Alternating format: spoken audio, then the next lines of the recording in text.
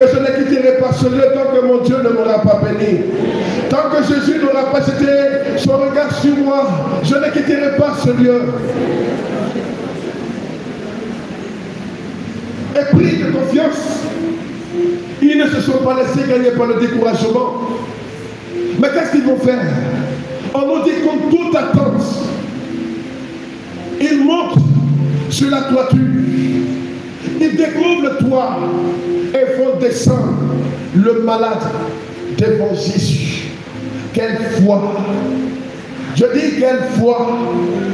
Beaucoup s'arrêtent, frères et sœurs, à ce niveau.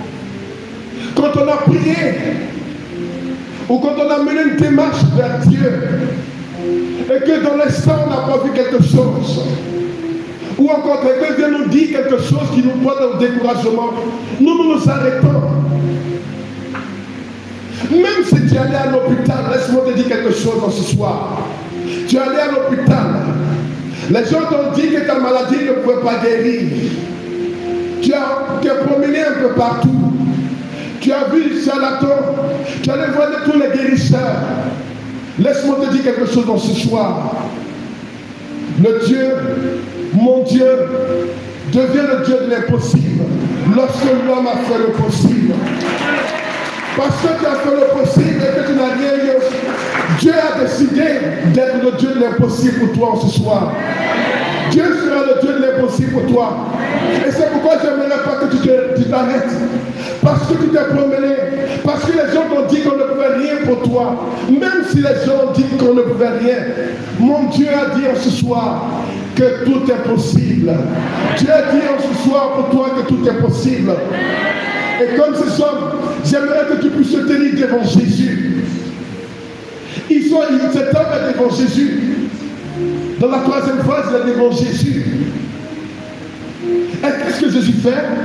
Regardez comme toute attente. Jésus ne lui dit pas, lève-toi et marche. Qu'est-ce qu'il lui dit? Il lui dit quoi? Tes péchés te sont pardonnés et tout le monde est surpris.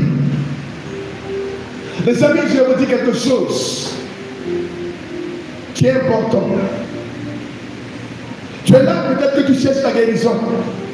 Tu es là, peut-être que tu voudrais que Dieu fasse quelque chose pour toi.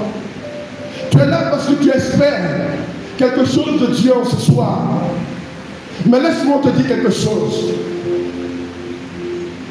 C'est que Dieu a besoin que tu changes ton cœur.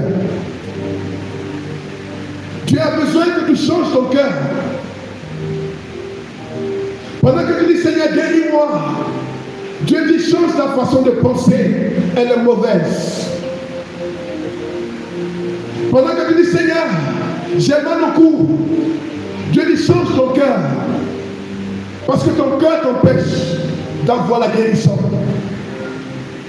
Les amis, ce que Dieu veut pour nous ce soir, comme pour cet homme, c'est d'abord nous réconcilier avec Dieu.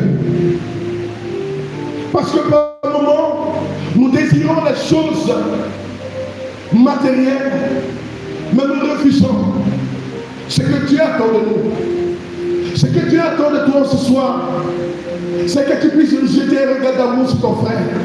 Ce que Dieu attend de toi ce soir, c'est que tu puisses te réconcilier avec ton voisin, avec ton père, avec ta mère, avec cet ami. Ce que Dieu attend de toi ce soir, c'est que tu puisses changer ta façon de regarder les autres. Ce que Dieu attend de toi ce soir, c'est que tu puisses changer ta façon de parler. Ce que Dieu attend de toi ce soir, c'est que tu puisses changer ta façon d'être, qui ne l'honore pas. Nous voulons, frères et sœurs, les grâces de Dieu. Nous voulons, frères et sœurs, les bénédictions de Dieu. Nous voulons, frères et sœurs, que Dieu nous compte les grâces, Dieu nous guérisse. Mais nous ne voulons pas changer notre cœur. Et c'est pourquoi Jésus commence par dire, tes péchés te sont pardonnés. Tes péchés te sont pardonnés. En ce soir, regarde la personne avec qui tu es en conflit et désire la réconciliation déjà dans ton cœur. Regarde cette personne qui t'a fait pleurer, qui a fait saigner ton cœur. Et pour